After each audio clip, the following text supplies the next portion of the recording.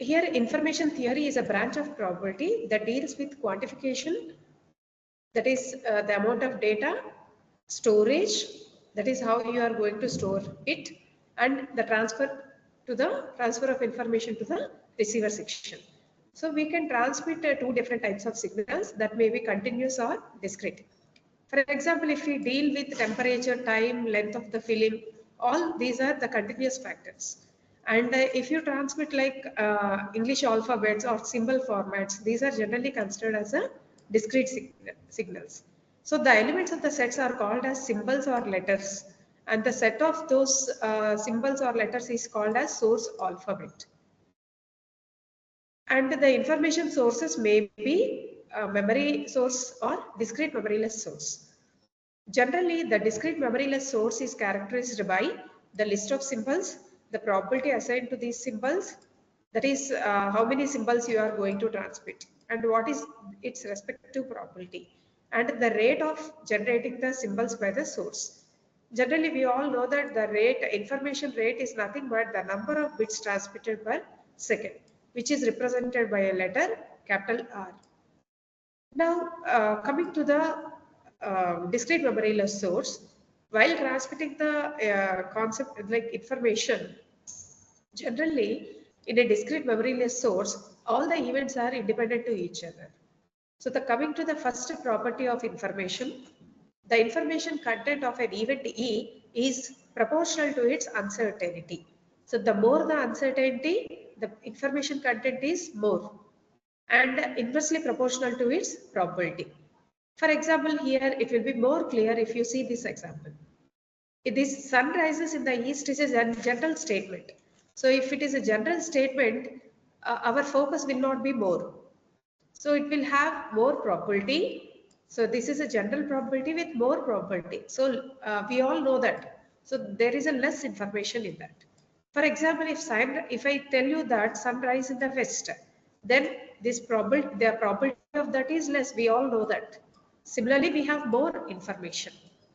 Therefore, information content of a particular event is proportional to its uncertainty, which is represented as U of E.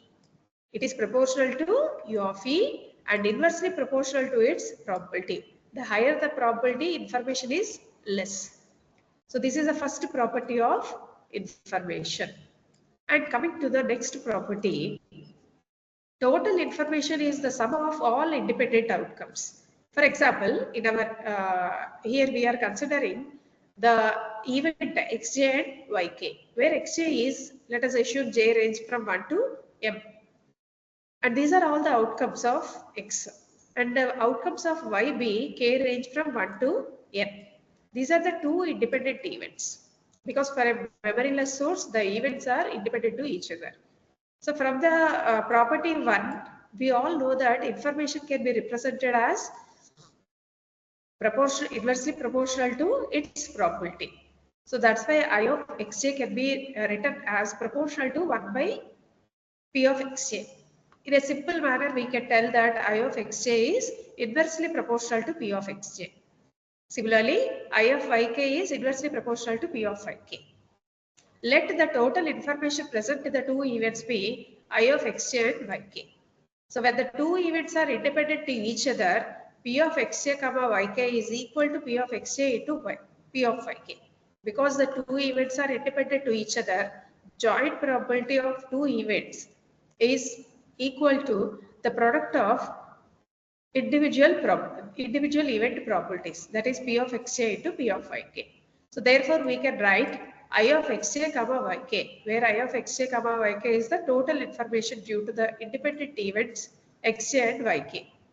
So we can write I of xj as inversely proportional to p of xj comma yk, and because these two are independent, xj and yk are independent, we can write it as 1 by p of xj into 1 by p of yk from the above statement.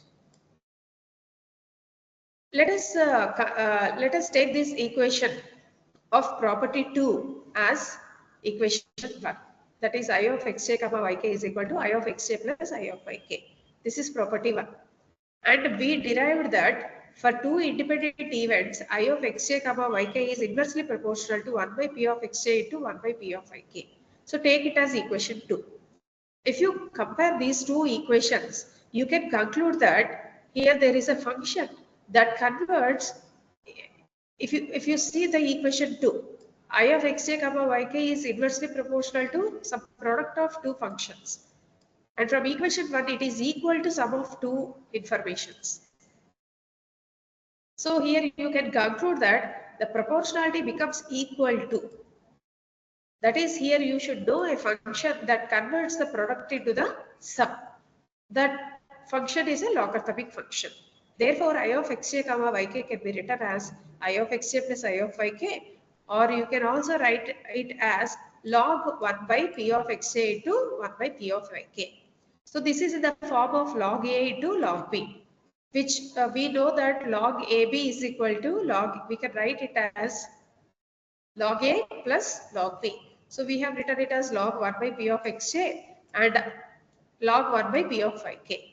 So this is nothing but our I of xj, and log 1 by p of yk is nothing but I of yk. So therefore we can conclude that information content of an event, it is proportional to probability of event, or you can also write it as equal to log 1 by p of e.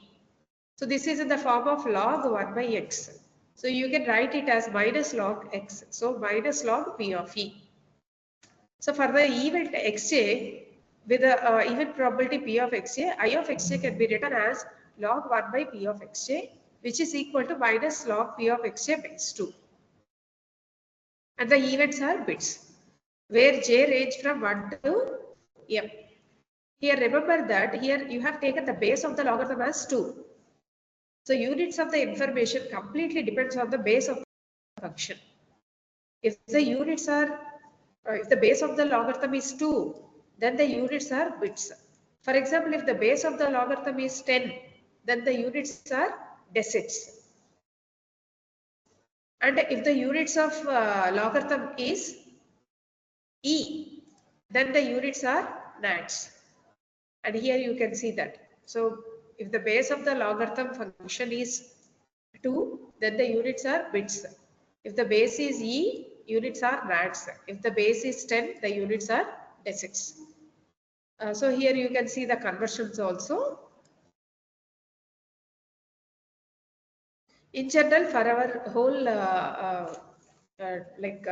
concept of information, we will consider the units as bits, because we will consider the base as 2 only. So here we are considering some assumptions for information source for a discrete memoryless source.